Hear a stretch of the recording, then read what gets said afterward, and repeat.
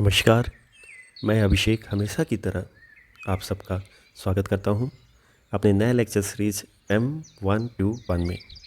मुझे पूरी उम्मीद है कि आपने मेरे पीछे के सारे लेक्चर्स को सिर्फ अटेंड ही नहीं बल्कि पूरे जोश व खरोश के साथ एंजॉय भी किया होगा। पढ़ाई हमेशा रुचिकर होनी चाहिए, ना कि बोझिल, ऐसा मेरा मानना है। तो आज लेबनिज़ थ्योरम की शुरुआत एक प्यारे से गीत के साथ करना चाहूँगा। सुनिए और फिर गणित के बूंदों में खुद को सराबोर कर लीजिए। मुझको इतना बताए कोई कैसे तुझे कैसे तुझसे दिल ना लगाए कोई रब्बा ने तुझको बनाने में कर दी है हुस्न की खाली तिजोरियां काजल की सियाही से लिखी है तूने जाने कितनों की लव स्टोरिया केसरिया तेरा इश्क है पिया रंग जाऊं जो मैं हाथ लगाऊं दिन बीते सारा तेरी फिक्र में रैन सारी तेरी खैर बनाऊं केसरिया तेरा इश्क है पिया रंग जाऊं जो मैं हाथ लगाऊं दिन बीते सारा तेरी फिक्र में रैन सारी तेरी खैर मनाऊं।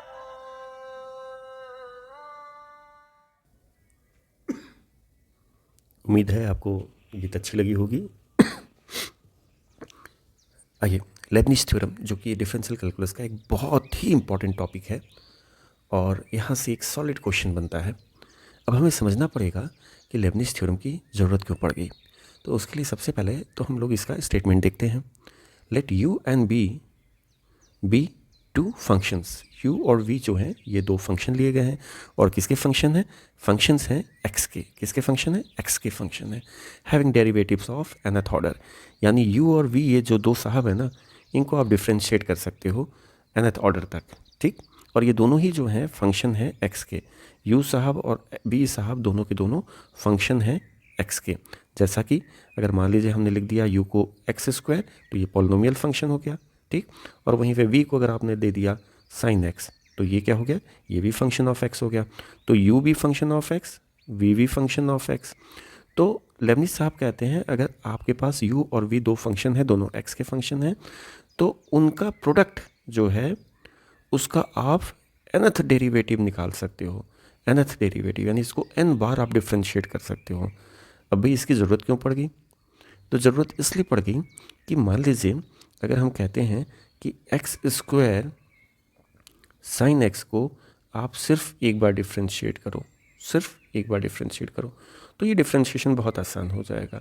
आपने क्या करना था? एक्स स्क्वायर को छोड़ा और साइन एक्स को कॉस एक्स कर दिया, और फिर क्या किया? साइन एक्स को आपने छोड़ा और एक्स स्क्वायर को 2x कर दिया।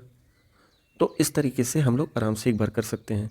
लेकिन अगर कोई कह दे नहीं दो बार ही आप इसको डिफ्रेंशिएट करो, सेम फंक्शन को एक्स स्क्वायर साइन एक्स को, तो आप देखोगे कि डिफ्रेंशिएशन यहाँ पे भी होगा जो कि प्रोडक्ट ऑफ टू फंक्शन को बता रहा है।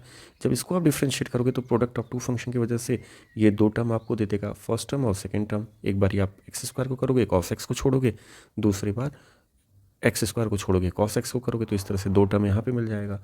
वैसे ही ये भी क्या है? प्रोडक्ट ऑफ टू फंक्शन है। तो जब आप इसको डिफ्रेंशिएट करोगे तो साइन एक्स को छोड़ोगे और 2x को डिफ्रेंशिएट करोगे, प्लस फिर आप क्या करोगे? साइन एक्स को डिफ्रेंशिएट करोगे और 2x को छोड़ोगे, तो इस तरह से यहाँ पे भी दो टर्म मिल जाएगा। तो कुल मिला के 1 2 3 4 टर्म्स, यानी दो बार डिफ्रेंशिएट किया तो 4 टर्म में हो गया, एक बार किया तो 2 टर्म में, यानी 3 बार करेंगे तो 8 टर्म में। तो हम लोगों के नंबर ऑफ टर्म्स जो होंगे 3 बार में ही 8 टर्म में हो जा रहा है। कितना बड़ा हो जा रहा है। तो अगर कोई कह दे नहीं भाई मेरे को n टाइम्स इसको डिफ्रेंशिएट करना है, तो ये नंबर ऑफ टर्म्स अगर इस तरह से हम लोग सॉल्व करेंगे तब तो हम लोग टर्म्स लिखते लिखते थक जाएंगे और वो नंबर ऑफ टर्म्स ख़त्म ही नहीं होंगे।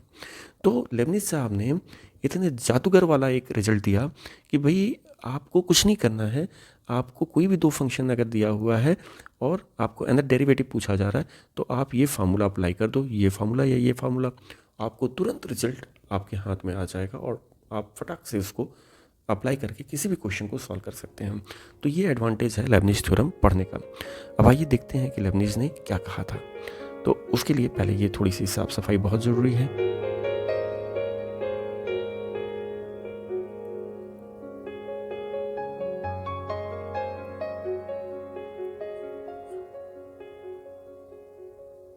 बिल्कुल, ये साफ हो गया। अब देखते हैं ज़रा क्या हो सकता है इसमें। देखो ये फार्मूला है क्या, ये फार्मूला कहता है कि आप ऐसे समझिए, बहुत साधारण शब्दों में एक छोटा सा एग्जाम्पल लेता हूँ, मेरे ख्याल से वो आपको समझाने में काफ़ी कारगर साबित होगा। मान लीजिए यू और वी दो दोस्त हैं, ठीक है जी।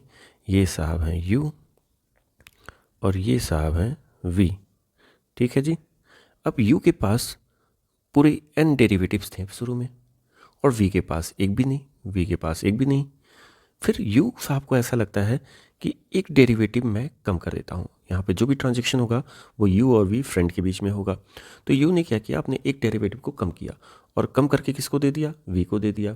तो अगर u ने एक डेरिवेटिव v को दे दिया तो u के पास खुद कितना बचेगा, n-1, और v के पास एक डेरिवेटिव जो इन्होंने दिया वो पहुँच जाएगा।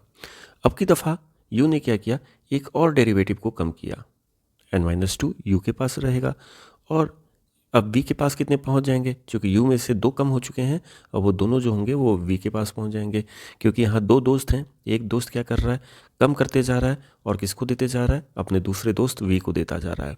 तो निश्चित तौर पे v के पास तो डेरिवेटिव की संख्या बढ़ेगी लेकिन u के पास निरंतर कम होता जाएगा। अब देखो आप u अगर अगले चरण में आप जाओगे तो फिर से एक और दे देगा। तो अब कुल मिला के u ने 3 डेरिवेटिव्स दे दिया है v को, तो u के पास बचे हुए डेरिवेटिव्स होंगे n-3 और v के पास पहुंच गए हैं कुल 3। अगर इसी तरह से ये क्रम चलता रहा तो एक बार ऐसा आएगा कि u के पास एक भी डेरिवेटिव नहीं बचेंगे और ये पूरे के पूरे कहाँ पहुंच जाएंगे, ये n डेरिवेटिव्स पूरे के पूरे v के पास पहुंच जाएंगे, ठीक है जी। अब इसी को जो हम लोग यहाँ पे कह रहे हैं कि u के पास n डेरिवेटिव था, उसको हम लोग सिम्बॉलिकली दिखा सकते हैं un से, क्योंकि आपको पता है कि dnu ओवर dxn अगर आप लिखते हो तो आप चाहो तो इसको un सिंबल से दिखा सकते हो। ये आपने सक्सेसिव डिफरेंशिएशन में पढ़ा होगा। तो हम लोग un को दिखा सकते हैं n the derivative of u के लिए। उसी तरह से n-1 डेरिवेटिव ऑफ u को कोई भी बच्चा चाहे तो u n-1 डेरिवेटिव से दिखा सकता है। n-2 को आप un-2 से दिखा सकते हो और इसी तरीके से आप एक भी बार डेरिवेटिव नहीं करते हो मतलब u से आप दिखाओ, एक भी यहाँ पे सबस्क्रिप्ट नहीं है क्योंकि हम एक बार भी डिफ्रेंशिएट नहीं कर रहे हैं। तो लास्ट वाला टर्म है जब u पूरी तरह से खाली हो चुका है, u का मतलब u है। उस तरह से अगर आप v में आओगे तो शुरू में जब u के पास पूरे के पूरे डेरिवेटिव्स थे तो v साहब पूरी तरह से खाली थे, यानी v का एक बार भी डिफ्रेंशिएशन नहीं है, कोई भी सबस्क्रिप्ट नहीं यूज कर रहे हैं हम लोग। लेकिन जब u ने एक अपना डेरिवेटिव v को दे दिया तो अब ये v1 पढ़ा जाएगा, क्योंकि v1 का मतलब होता है एक डेरिवेटिव v के पास आ गया। उस तरह से u ने जब दो डेरिवेटिव दे दिया तो u साहब तो n-2 थे लेकिन v साहब जो होंगे v2 हो जाएंगे और इसी तरह से ये क्रम चलता जाएगा और लास्ट में जब पूरे के पूरे n डेरिवेटिव्स v के पास पहुंच जाएंगे तो ये साहब vn हो जाएंगे। वहीं u साहब खाली होके पूरी तरह से u केवल रह जाएगा बिना डेरिवेटिव का। देखिए कोई भी सबस्क्रिप्ट हमने यूज़ नहीं किया है यहाँ पे, क्यों, क्योंकि u अब कोई भी डेरिवेटिव्स अपने पास नहीं रखे हैं, पूरे के पूरे अपने फ्रेंड v को दे दिए हैं। आइए इसी ट्रांजेक्शन को यहाँ पे लिखते हैं। सबसे पहले आप देखोगे तो पूरा का पूरा n डेरिवेटिव्स u के पास था और v के पास एक भी नहीं था। फिर क्या हुआ, आपको बताया गया कि u ने एक डेरिवेटिव दे दिया तो n-1 u के पास हुआ, किसको दिया, v को दिया। जो भी ट्रांजेक्शन हो रहा है u और v के बीच में हो रहा है तो एक डेरिवेटिव v के पास पहुंच गया। फिर अगले स्टेप में जाओगे तो एक डेरिवेटिव की जगह अब एक और दे देगा, तो कुल दो डेरिवेटिव u ने अब तक दे दिया है ट्रांजेक्शन में, तो u के पास खुद un-2 रहेगा। लेकिन ये दो जो दिया है वो किसको दिया है, अपने फ्रेंड v को दिया है, तो v2 हो जाएगा। अब हमने क्या कहा, ये क्रम ट्रांजेक्शन का अगर चलता रहा तो एक समय ऐसा आएगा कि u साहब पूरी तरह से ठन ठन गोपाल हो जाएंगे, खाली हो जाएंगे, एक भी डेरिवेटिव नहीं रहेगा। तो पूरा का पूरा डेरिवेटिव किसके पास पहुंच जाएगा, वी के पास पहुंच जाएगा, तो वी को अब आप वी एन पढ़ोगे, वी एन। तो देखिए आपके सामने यहाँ वी एन लिखा भी है, तो मेरे ख्याल से ये बात समझ में आ गई। अब थोड़ा सा ऊपर आते हैं, इसको एक दूसरा सिंबल देते हैं। अभी ये जो आपके सामने दिख रहे हैं फैक्टर, इसको हम लोग बाद में समझते हैं, पहले ऊपर आते हैं। और चूंकि ये भी एक दिखाने का तरीका था, तो दोनों के बीच में क्या फ़र्क है ये पहले समझने की कोशिश करते हैं। इसमें देखिए, जिसको हम यू एन लिख रहे थे मैथमेटिक्स में, उसको डी एन यू से भी आप सिंपल यूज करके दिखा सकते हो। डी एन यू का मतलब होता है nth डेरिवेटिव ऑफ यू। तो ये जो आपने यहाँ पे यू एन दिखाया है, उसको आप डी एन यू भी दिखा सकते हो। वी का मतलब होता है एक बार भी नहीं, वी के पास कुछ भी नहीं है आज के डेट में। शुरू में वी ठन ठन गोपाल थे, तो यहाँ पे वी को वी ही रखा हमने। अब आगे बढ़ो आप, यू एन माइनस वन का मतलब होता है D n u, D n minus one u, correct. और वी वन जो आपने यहाँ पे अभी समझ के लिखा है, उसको हम डी वी लिख सकते हैं। डी वी का मतलब क्या होता है, एक बार आप वी को डिफ्रेंशिएट कर रहे हो एक्स के रिस्पेक्ट में। जो भी आप डिफ्रेंशिएशन कर रहे हो ना यहाँ पे, एक्स के ही रिस्पेक्ट में कर रहे हो। क्यों? क्योंकि शुरू में ही आपने कह दिया कि यू और वी जो है ना भाई साहब, वो फंक्शन है किसके, सिंगल वेरिएबल एक्स के, ठीक। तो यू एन माइनस टू अगर कोई इस तरह से लिखा है, इसका मतलब क्या होता है, यू एन माइनस टू होता है, जैसा कि यहाँ पे लिखा हुआ है। तो यू एन माइनस टू हो या डी एन माइनस टू हो, दोनों का मतलब होता है एन माइनस टू टाइम आपको यू को डिफ्रेंशिएट करना है। यानी अगर इसको देखोगे तो दो बारी आपने डेरिवेटिव को कम किया है। यहाँ देखिए, दो डेरिवेटिव को आपने कम किया था और ये किसके पास पहुँच गए थे, वी के पास पहुँच गए थे। तो यहाँ पे भी दोनों डेरिवेटिव किसके पास पहुँचेंगे, वी के पास पहुँचेंगे। तो कहने का मतलब ये है कि आप चाहे ऐसे लिखो चाहे ऐसे लिखो, दोनों ही एक सिंबल से अलग होते हैं, अदरवाइज दोनों का मतलब एक ही होता है। लास्ट में हमने यहाँ क्या बताया था, यू ठन ठन गोपाल हो गया, पूरा का पूरा वी के पास पहुँच गया डेरिवेटिव, तो वी एन हो गया, और यू साहब तो खाली हैं, यू ही केवल रहेगा। तो इसको अगर ऊपर वाले सिंबल से देखोगे तो यू साहब खाली हैं, एक बार भी डी नहीं है इनके साथ, लेकिन पूरा का पूरा डेरिवेटिव जो है वो किसके पास पहुंच गया, वी के पास पहुंच गया। तो बस ये ट्रांजेक्शन को याद रखोगे, अपने आप लेबनिज थ्योरम याद हो जाएगा। अब ये ट्रांजेक्शन जो हो रहा है, उसमें अगर आप देखोगे तो शुरू में जो फैक्टर यूज किया जा रहा था वो है n C zero. N C zero का मतलब क्या है, पूरा का पूरा ये डेरिवेटिव, एन डेरिवेटिव यू के पास रहेगा, वी के पास जीरो, एक भी नहीं जाएगा। तो ऐसा है भी, वी के पास एक भी नहीं गया। एन सी वन फैक्टर का मतलब होता है कि पूरे के पूरे एन डेरिवेटिव में से एक डेरिवेटिव वी को जाएगा। तो देखिए, वी के पास एक डेरिवेटिव गया, अब यू के पास कितना बचेगा, ये एन और वन का डिफरेंस ले लो, एन माइनस वन। तो बचा हुआ जो रहेगा, रेसिड्यू जो डेरिवेटिव का रहेगा वो रहेगा एन माइनस वन। तो वो हम लोग ने पहले ही समझ लिया था खेल खेल में। इसी तरीके से D n minus two u लिखने से पहले उसके फैक्टर पे अगर आप नज़र दौड़ाएंगे तो एन सी टू है। एन सी टू ये बताता है कि यू ने दो चॉकलेट या दो डेरिवेटिव वी को दे दिया होगा, तो डी टू वी हो गया। लेकिन यू के पास भी तो कम हुआ होगा ना, शुरू में एन नंबर ऑफ डेरिवेटिव्स थे, तो एन माइनस टू डेरिवेटिव्स क्या हो गया, यू के पास है। और लास्ट में क्या बता रहा है, एन सी एन ट्रांजेक्शन, ये बता रहा है कि यू ने एन डेरिवेटिव्स वी को दे दिया, तो अब यू के पास कितना बचेगा, एन माइनस एन, इन दोनों का डिफरेंस जो आएगा वही यू के पास बचेगा।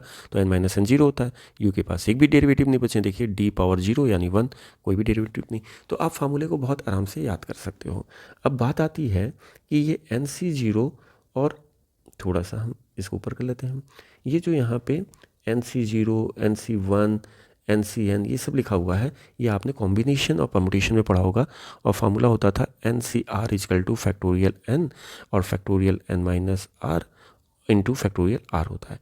लेकिन बार बार आप इस फार्मूले को यूज में लाओ तो आपको बहुत ज़्यादा समय लग जाएगा, आपका टाइम किल होगा। इसके लिए आपको शॉर्टकट तरीका बताते हैं।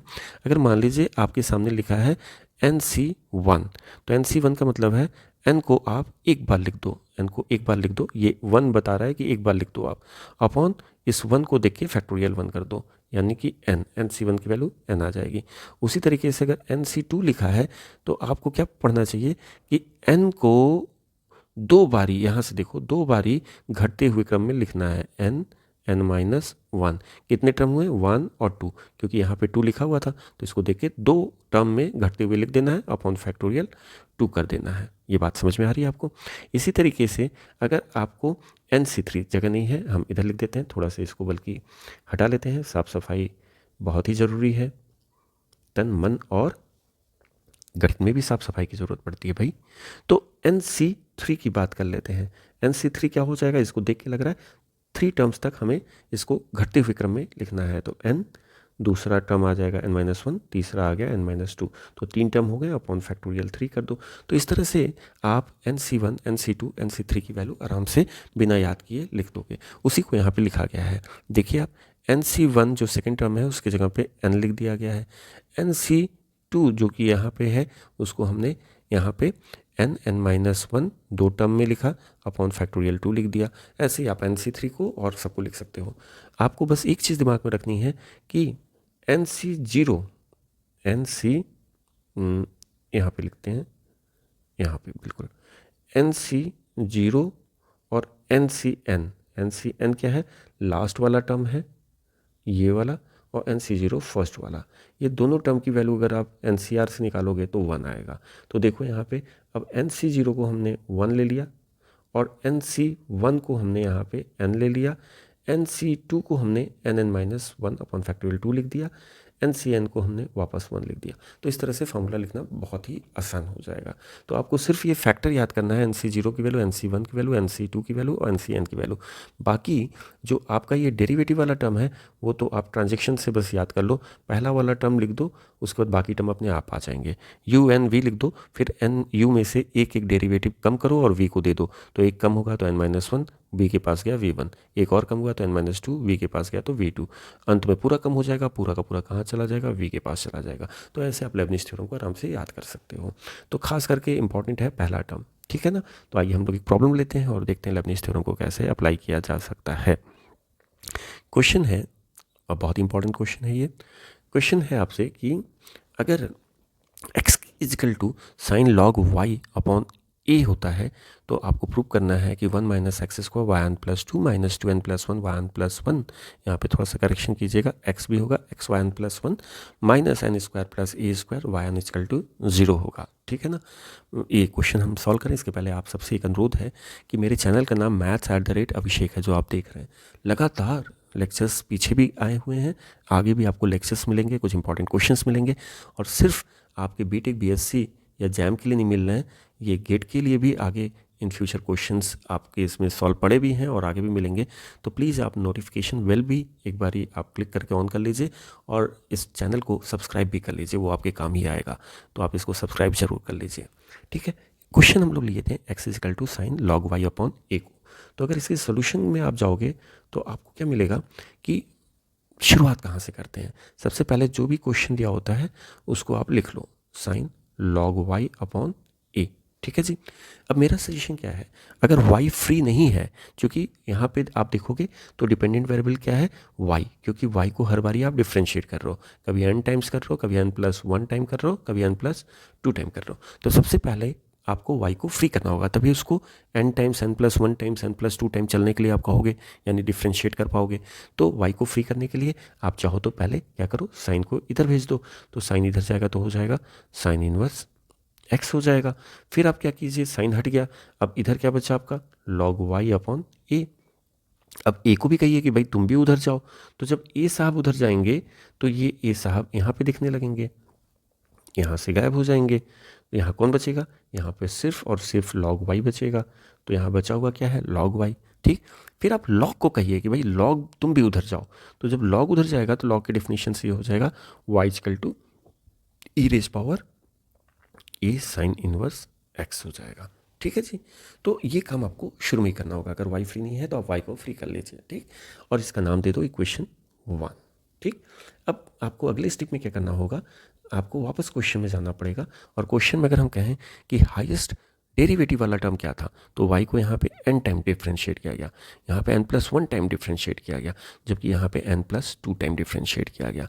तो n के अलावा जो आपको एक्स्ट्रा फिगर दिख रहा है, न्यूमेरिकल फिगर, वो है 2, यानी n के अलावा 2।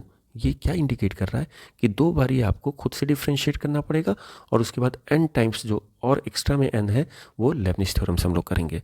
तो इसी टर्म को देख के हम लोग डिसाइड करते हैं कि दो बार खुद से हमें मैनुअली डिफ्रेंशिएट करना पड़ेगा y को, फिर उसके बाद n टाइम्स लेबनिज़ से। तो दो बारी हम लोग जा रहे हैं इसको डिफ्रेंशिएट करने।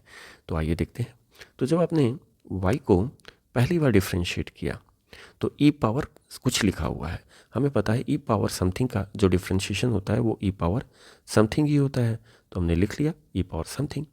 अब ये समथिंग है क्या, a है यहाँ पे और साइन इनवर्स x है। साइन इनवर्स एक्स का डिफ्रेंशिएशन जो होगा वो क्या होगा, 1/1 माइनस एक्स स्क्वायर होगा। ठीक है ना। इस तरीके से हम लोग ई का भी डिफ्रेंशिएशन कर लिए और ई के पावर में जो छुपा हुआ था ए और साइन इनवर्स एक्स उसका भी हो गया। अब साइन इनवर्स के अंदर जाओगे तो आपको एक्स मिलेगा, तो एक्स का डिफ्रेंशिएशन 1 होता है। आपकी इच्छा, लिखो या ना लिखो, दोनों में कोई फ़र्क नहीं होगा। ठीक। अब आपको क्या मिल रहा है, डिनोमिनेटर। तो मेरा सजेशन है जब भी आपको डिनोमिनेटर मिले उसको आप क्रॉस मल्टीप्लाई करके दूसरी साइड में ले लीजिए। तो आप क्रॉस मल्टीप्लाई करोगे तो ये 1 माइनस एक्स स्क्वायर हो जाएगा और यहाँ पे y1 हो जाएगा। जबकि राइट हैंड साइड में आप देखोगे तो ए पावर साइन इनवर्स एक्स आपके सामने बचा हुआ है। ठीक। अब आपको करना क्या है कि आप देख रहे हो e raise power sine inverse x जो है वो किसकी वैल्यू थी। अगर आप ध्यान से देखिए यहाँ पे लग रहा है कुछ चीज़ें छूटी है, ए भी है यहाँ पे ए साइन इनवर्स एक्स, क्योंकि यहाँ पे ए साइन इनवर्स एक्स था। ठीक है ना। तो आप देखोगे ई raise power a sine inverse x जो है वो इक्वेशन 1 में y की वैल्यू थी। तो हम लोग क्या करेंगे, इसको हम लोग y से रिप्लेस करेंगे। तो लेफ्ट हैंड साइड में 1 माइनस एक्स स्क्वायर है और इंटू y1 है, जबकि राइट हैंड साइड में ए वाई है। अब क्वेश्चन आता है कि ये y से रिप्लेस करने की क्या ज़रूरत पड़ गई यहाँ पे। अगर आप क्वेश्चन में जाओगे वापस तो क्वेश्चन में देखोगे जो आपको प्रूव करना है, जो डिराइव करके लाना है, उसमें कहीं पे भी साइन इनवर्स की या लॉग का जिक्र भी नहीं है। इसमें सिर्फ 3 बातों का जिक्र है। एक एक्स का जिक्र है जो कि आपको जगह जगह पे दिख रहा है, एक्स एक्स एक्स। दूसरा वाई के डेरिवेटिव्स का जिक्र है। तीसरा y के और भी बड़े डेरिवेटिव्स का जिक्र है और y के सबसे बड़े डेरिवेटिव का जिक्र है। बस y और x में ही रिजल्ट है, कहीं पे साइन लॉग इस तरह के फंक्शन का कोई जिक्र नहीं है। तो इसलिए मेरी कोशिश होनी चाहिए जब भी हम क्वेश्चन सॉल्व कर रहे हैं तो साइन कॉस टैन इस तरह के फंक्शन को y1 y2 करते समय हमें गायब भी कर देना है, किससे, y से। तो इस क्वेश्चन में हम लोग ने वही किया, अपने रिक्वायरमेंट के अनुसार ये साइन इनवर्स x जो था मेरे को y के बराबर था, y से रिप्लेस कर दिया। अब मेरा दूसरा सजेशन क्या है, पहला सजेशन था डिनोमिनेटर अगर है तो उसको रिमूव कर दो क्रॉस मल्टीप्लिकेशन से। दूसरा मेरा सजेशन ये है कि अगर कहीं पे आपको अंडर रूट दिखता है तो उसको स्क्वायर करके हटा दो। तो जब आप दोनों साइड में स्क्वायर करोगे तो आपको 1 माइनस एक्स स्क्वायर इधर दिखेगा, इधर y1 का स्क्वायर दिखेगा, जबकि राइट हैंड साइड में ए स्क्वायर वाई स्क्वायर दिखेगा। मेरे ख्याल से ये बात समझ में आ रही है आप सबको। और साथ ही साथ अगर हम देखेंगे तो हम लोग ने पहला इक्वेशन किसको माना था, पहला इक्वेशन जो हम लोग y को आज़ाद करके लिखे हुए थे, y को फ्री करके लिखे हुए थे। दूसरा मेरा स्टेप जो था y1 को निकाला था, तो जो y1 निकला है उसको इक्वेशन 2 दे दीजिए, ऐसे ही नाम दे रहे हैं। इसके हेल्प से हम लोग अगले क्वेश्चन को भी आराम से सॉल्व कर लेंगे। तो जो y था उसको इक्वेशन 1 नाम दिया, जो y1 है उसका नाम इक्वेशन 2 दिया। अब आपको क्या करना है, आपको अब जहाँ पे हम लोग थे लास्ट स्टेप में वहाँ पे वापस आना है, जहाँ पे थे हम लोग वहाँ पे वापस आना है और इसको फिर से डिफ्रेंशिएट करना है। क्यों डिफ्रेंशिएट करना है, क्योंकि अभी तक हमें सिर्फ y1 मिला है, हमें क्या चाहिए, y2 तक खुद से कैलकुलेट करना है। देखिए शुरू में ही हम लोग ने डिसाइड किया था कि y2 तक हमें खुद से करना है, इसको देख के कि y2 तक खुद से करना है। तो हम लोग अब क्या करेंगे, इसको y1 से y2 तक ले जाने की कोशिश करेंगे। तो फिर से जब आप डिफ्रेंशिएट करोगे x के रिस्पेक्ट में तो ये प्रोडक्ट ऑफ 2 फंक्शन है, क्योंकि 1 माइनस एक्स स्क्वायर पैकेट जो है उसमें तो x ही है, y1 में भी x है। y1 में कैसे x है, क्योंकि अगर मान लीजिए y आपका कोई फंक्शन है sin x और y1 निकालोगे तो cos x हो जाएगा, तो y1 भी क्या होगा, फंक्शन ऑफ x ही तो होगा। इवन y2 करोगे तो माइनस sin x हो जाएगा, ये भी फंक्शन ऑफ x होगा। तो अगर y फंक्शन ऑफ x है तो उसके डेरिवेटिव्स भी क्या होंगे, फंक्शन ऑफ x होते ही होते हैं। ठीक है ना। तो ये बात समझने के बाद हम लोग को समझ में आ गया कि ये क्या है, प्रोडक्ट ऑफ 2 फंक्शन है। तो हम लोग एक बार x के रिस्पेक्ट में करेंगे तो क्या होगा, प्रोडक्ट ऑफ 2 फंक्शन क्या होता है, पहले फंक्शन को छोड़ो दूसरे को डिफ्रेंशिएट करो। दूसरा क्या है, y1 का पावर 2 है, तो पहले पावर रूल से ये क्या हो जाएगा, 2y1 हो जाएगा। अब ये पावर के अंदर जाओगे तो कौन है वहाँ पे, y1 है, तो y1 का डिफ्रेंशिएशन क्या होगा, y2 हो जाएगा। प्लस 1 माइनस एक्स स्क्वायर को अगर आप डिफ्रेंशिएट करोगे तो माइनस 2x हो जाएगा, और y1 स्क्वायर को आप छोड़ दीजिए। ये तो होता है प्रोडक्ट ऑफ 2 फंक्शन में। अब राइट हैंड साइड में जाओ, राइट हैंड साइड में ए स्क्वायर तो कांस्टेंट है, वाई स्क्वायर मतलब पहले पावर आएगा, तो पावर का डिफ्रेंशिएशन क्या होता है, 2 समथिंग का पावर 2 माइनस 1, 2 माइनस 1 का मतलब क्या होता है, 1। तो ये 1 नहीं, कुछ नहीं लिखे मतलब 1 अंडरस्टूड है। तो वाई स्क्वायर का क्या हो जाएगा, 2 वाई स्क्वायर को ऐसे समझो, समथिंग का स्क्वायर क्या हो जाएगा, 2 समथिंग।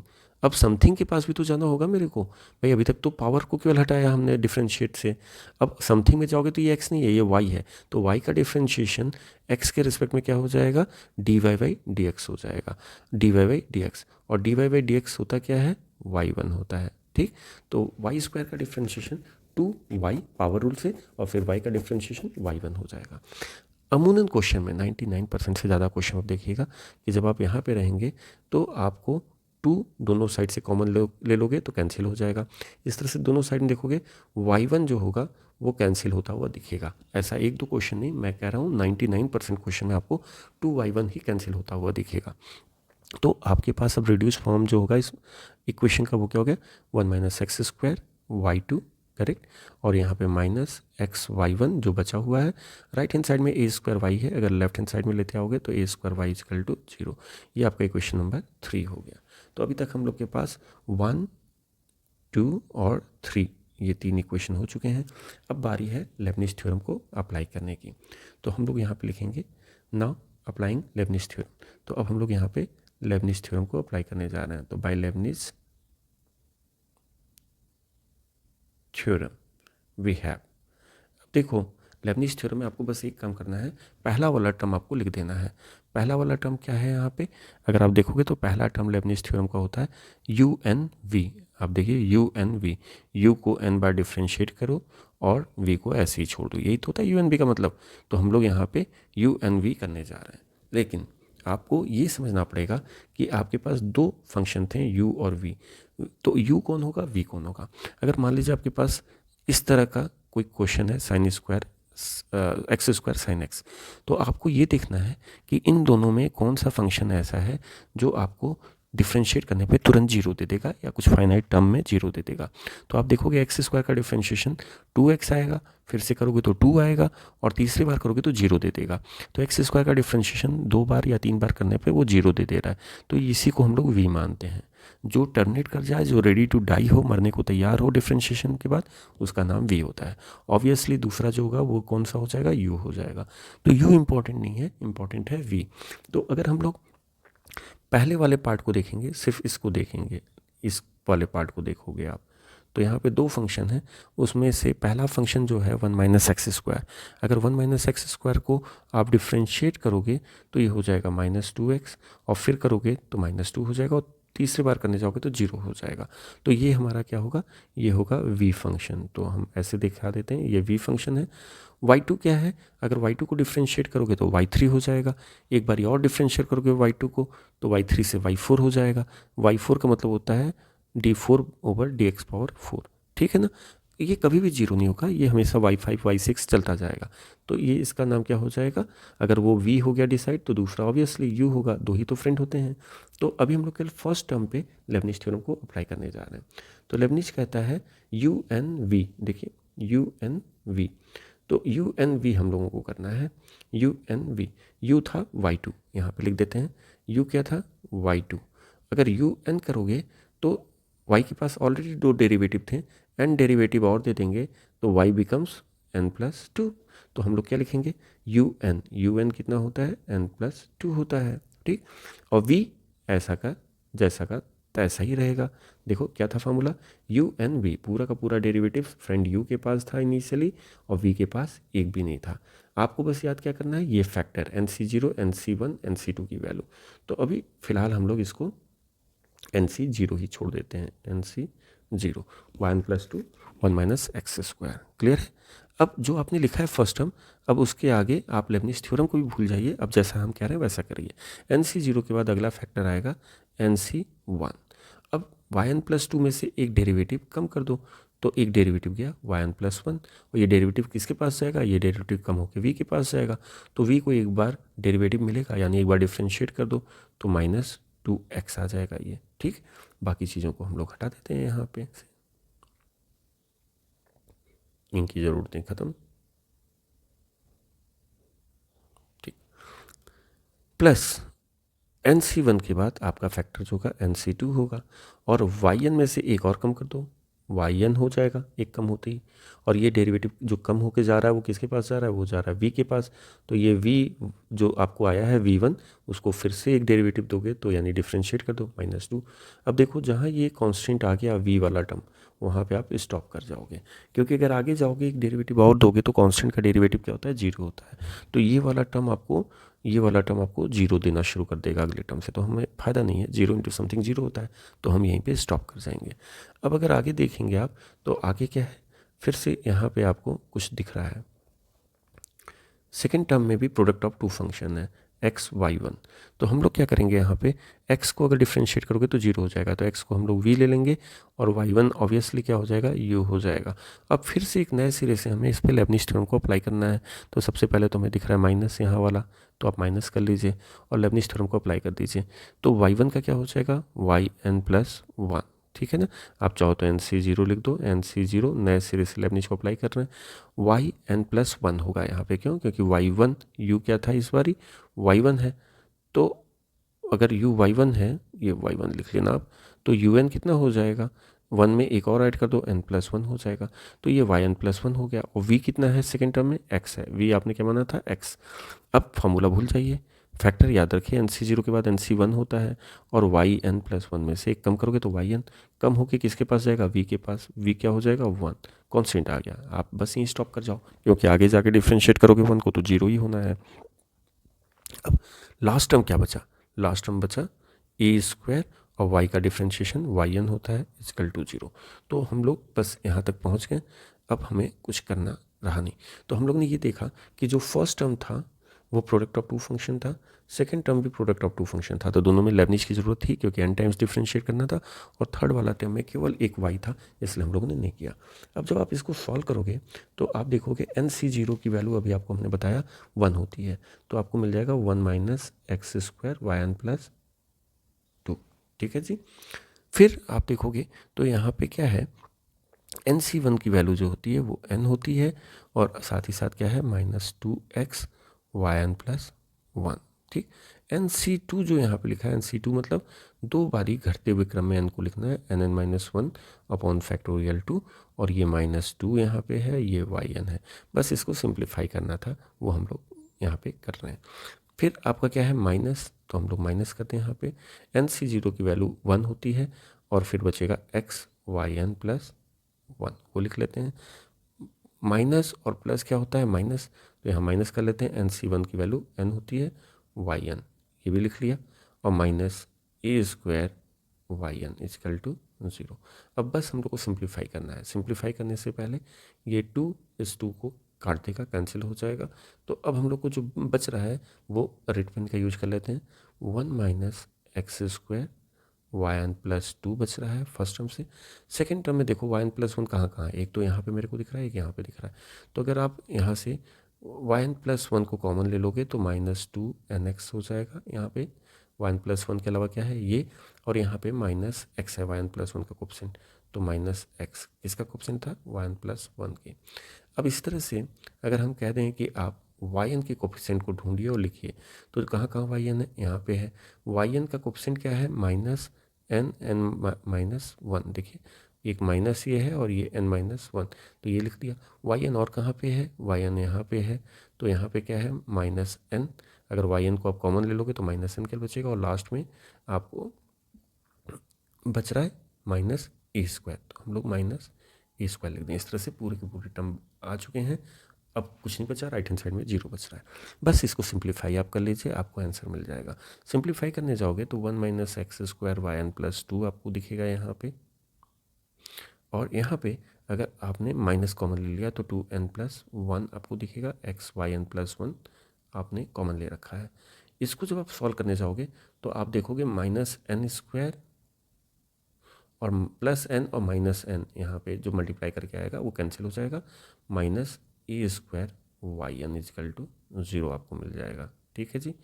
अब आप क्या करिए, इसको सिंप्लीफाई और करो, और आपका रिजल्ट आ गया 1 - x² yn+2 -2n+1 x yn+1, और यहाँ पे माइनस कॉमन लेने पे n² + a² yn equal to 0, hence this is the result prove, ये प्रूव करना था हम लोगों को, ठीक है ना। तो इस तरह से हम लोग लेबनिज़ थ्योरम को अप्लाई करना सीख गया।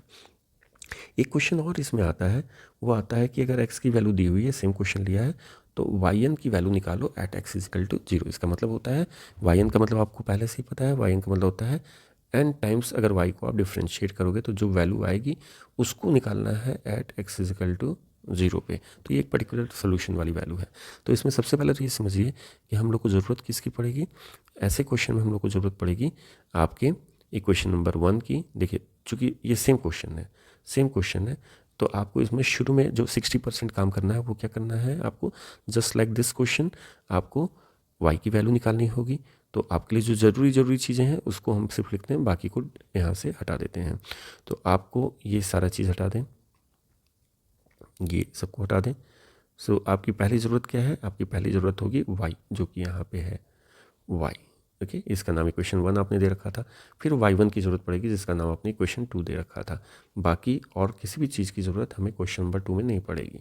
तो जैसे आपने यहाँ पे निकाला है y और y1 और फिर बाकी चीज़ों को आपने जैसे यहाँ अप्लाई किया था, जिसको हमें यहाँ पे डिलीट करना, इसको एज इट इज़ आप यहाँ पे लिखना, ठीक।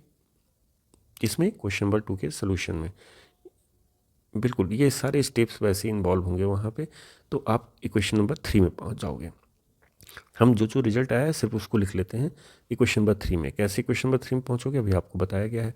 फिर आप जैसे यहाँ पे लेबनिज़ थ्योरम को अप्लाई किए थे वैसे ही आप लेबनिज़ थ्योरम को अप्लाई करना, और लेबनिज़ थ्योरम को जब आप अप्लाई करोगे तो आपको जो रिजल्ट फाइनली मिल रहा है लास्ट में, जो कि पिछले क्वेश्चन में हम लोग ने डिराइव किया था, उसको आप लिख लेना यहाँ पे। कहाँ पे लिखोगे आप, ये लास्ट वाला जिसका नाम इक्वेशन 4 रख देना, ठीक है ना। तो आपको ये शुरू के 1 2 3 4 इक्वेशन जो है वो हर एक क्वेश्चन में निकालना पड़ेगा, जो क्वेश्चन सेकंड वाले क्वेश्चन की तरह होगा। सेकंड वाला क्वेश्चन कौन सा है, इसको डिलीट करके हम लोग फिर से देखते हैं। सेकंड क्वेश्चन का मतलब है ये क्वेश्चन जहाँ पे y n at x equal to 0 पूछा गया है। तो आपको शुरू की तरह यहाँ पे भी सारे के सारे इक्वेशंस 1 2 3 4 निकालने पड़ेंगे, वैसे ही जैसे कि अभी आपने पहले वाले क्वेश्चन में सारे स्टेप्स को यूज किया था। अब मान लिया कि ये चारों इक्वेशन निकले हुए हैं, ये आपके लिए होमवर्क है। यहाँ पे इसको आप ऊपर वाले क्वेश्चन को या तो कॉपी पेस्ट कर दो सोल्यूशन को, या उसको आप खुद निकालो। 1 2 3 4 मान लिया इक्वेशन 1 2 3 4 आपने निकाल लिया, ठीक है ना, जो ऊपर दिए हुए हैं। अब इसके बाद आपको क्या करना है, क्वेश्चन में आना है एक्स इक्वल टू 0 रख देना है। एक्स इक्वल टू 0 पे जो आपको मिल रहा है वो यहाँ पे लिख लीजिए। तो हम लोग क्या करेंगे, एट एक्स इक्वल टू 0, या इसको ऐसे लिख लीजिए, putting x equal to 0 in equation 1 2 3 and 4। चारों में हम लोग एक्स इक्वल टू 0 रखने जा रहे हैं। इक्वेशन 1 क्या था, इक्वेशन 1 था आपका कि y equal to a sine inverse x, जिसमें कि फंक्शन को हम लोग y के टर्म में एक्सप्रेस किए थे। तो ये क्या हो जाएगा यहाँ पे, अगर आप x की जगह 0 रख दोगे तो ध्यान से देखो आप, साइन इनवर्स 0, आप जानते हो कि साइन 0 की वैल्यू क्या होती है, 0 होती है। तो 0 को छोड़ो, साइन को ले जाओ उधर, तो साइन इनवर्स 0, साइन इनवर्स 0 की वैल्यू 0 होती है। तो यहाँ पे जब आप 0 रखोगे इक्वेशन 1 में x की वैल्यू, तो साइन इनवर्स 0 क्या हो जाएगा, 0 हो जाएगा। 0 इंटू ए क्या हो जाएगा, 0 हो जाएगा। ई पावर 0 क्या हो जाएगा, 1 हो जाएगा।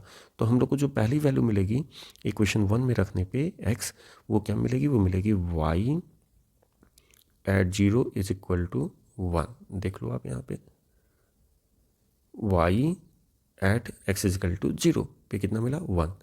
अब जब आप इसको सेकेंड इक्वेशन में रखोगे तो सेकेंड इक्वेशन में ये y1 को हम लोग क्या पढ़ेंगे, अब y1 नहीं पढ़ेंगे, अब इसको पढ़ेंगे y1 eight x is equal to 0। तो पहले इसको लिख लिया जाए, y1 eight x is equal to 0, जहाँ जहाँ x है y1 में सब जगह आप वहाँ पे 0 लिख दीजिए। तो अभी देखा साइन इनवर्स 0 की वैल्यू 0 होती है, a इंटू 0 0 होती है, e पावर 0 1 होती है।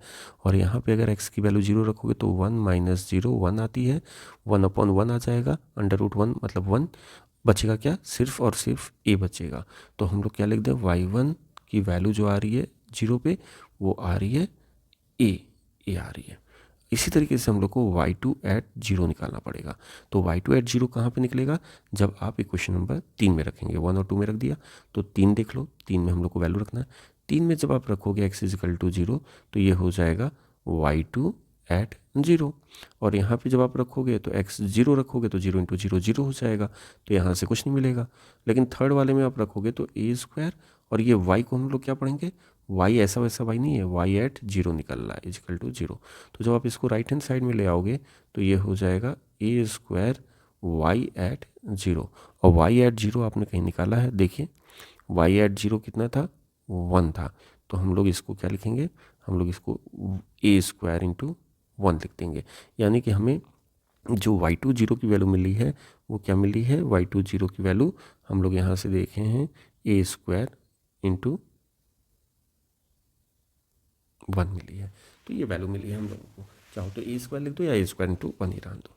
अब इसी तरह से इक्वेशन 4 में जब हम लोग रखेंगे तो इक्वेशन 4 यानी जो लास्ट इक्वेशन आपने निकाला है, तो इसमें आप रख के देखो क्या हो जाएगा। अगर रखोगे तो जीरो रख दो एक्स की जगह जीरो, तो यहाँ पे वाई एन प्लस टू होगा। तो ये वाई एन प्लस टू कब निकला है, एक्स इजकल टू जीरो निकला है। यहाँ पे चूंकि एक्स का प्रोडक्ट है, मल्टीप्लाई है, तो एक्स अगर जीरो रखोगे तो ये क्या हो जाएगा, जीरो हो जाएगा। ये पूरा का पूरा टर्म गायब हो जाएगा। और लास्ट टर्म जो है minus n square plus a square है, और वाई एन क्या है, वाई एन एट जीरो है इजिकल टू जीरो। तो जब आप इसको सॉल्व करोगे तो ये वाई एन प्लस टू जो होगा, यहाँ पे लिख देते हैं y n plus two at zero.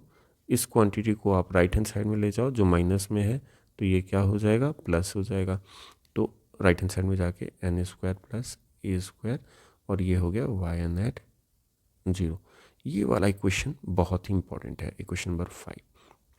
क्यों इंपॉर्टेंट है, क्योंकि इस इक्वेशन में अगर आप एन इजकल टू 1 2 3 4 5 ये सब रखने जाओगे ना, तो जहाँ आप इसको रखोगे तो आप देखोगे एन इजकल टू 1 रखते ही ये y3 हो जाएगा, 2 रखते ही ये y4 हो जाएगा, और इस तरह से y5 y6 हो जाएगा।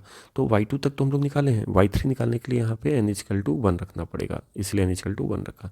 तो एन इजकल टू 1 रख दो, ये सारे वैल्यू कहाँ, इक्वेशन 5 में। तो एन इजकल टू 1 रखा तो y3 एट जीरो आ गया।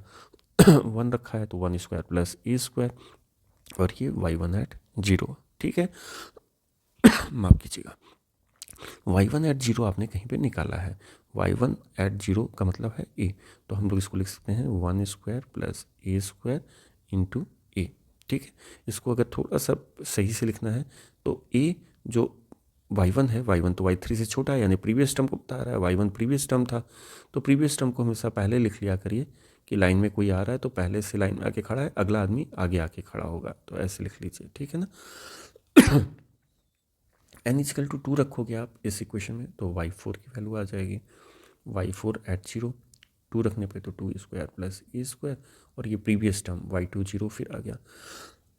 तो प्रीवियस टर्म की वैल्यू है ए स्क्वायर, तो हम लोग यहाँ पे लिख लें 1 into A square 2 square plus a square. भाई इसको लिखेंगे, ये y2 की वैल्यू यहाँ पे हो गई, और फिर इसको लिख लिया यहाँ पे।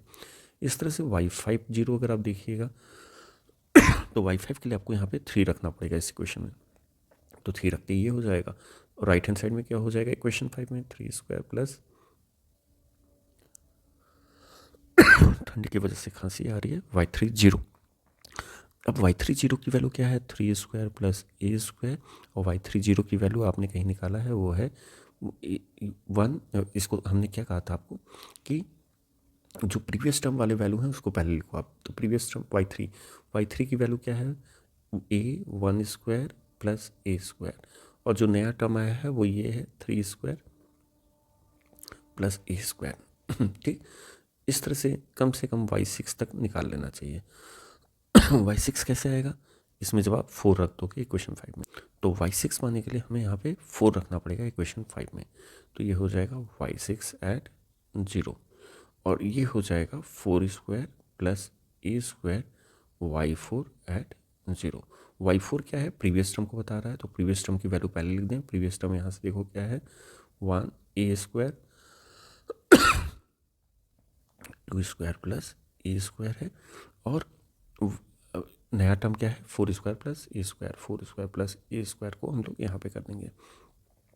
तो हर बार आप देखोगे तो एक नया टर्म है, बाकी प्रीवियस टर्म है, हर जगह एक नया टर्म है और बाकी प्रीवियस टर्म है, एक नया टर्म है और बाकी प्रीवियस टर्म है। ठीक है ना। अब हम लोगों को गेस करना है, हम लोग को 2 तरीके के केसेस मिल रहे हैं। केस 1, जब n जो है आपका इवन है, when n is even, even का मतलब होता है जहाँ पे n 6 है, 4 है और 2 है। 2 भी कहीं पे हम लोग को मिला है, तो 2 कहाँ मिला है, यहाँ पे मिला है। तो हम लोग ज़रा देखा जाए कि जब इवन है आपका n, तो उसकी वैल्यू किस पैटर्न को फॉलो कर रही है। जिस पैटर्न को फॉलो करेगी वो अगर कोई ny इवन नंबर होगा तो वहाँ पे भी उसी पैटर्न को फॉलो करते हुए दिखेगी।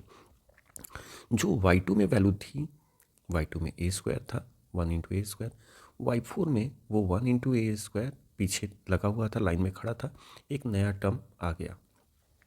y4 से y6 में जाते हैं तो y4 साहब में जो वैल्यू थी वो पीछे खड़ी हुई थी, बिल्कुल जो भी y6 में था वो आप देखिए यहाँ पे दिख रहा है आपको, एक नया टर्म यहाँ पे भी आ गया।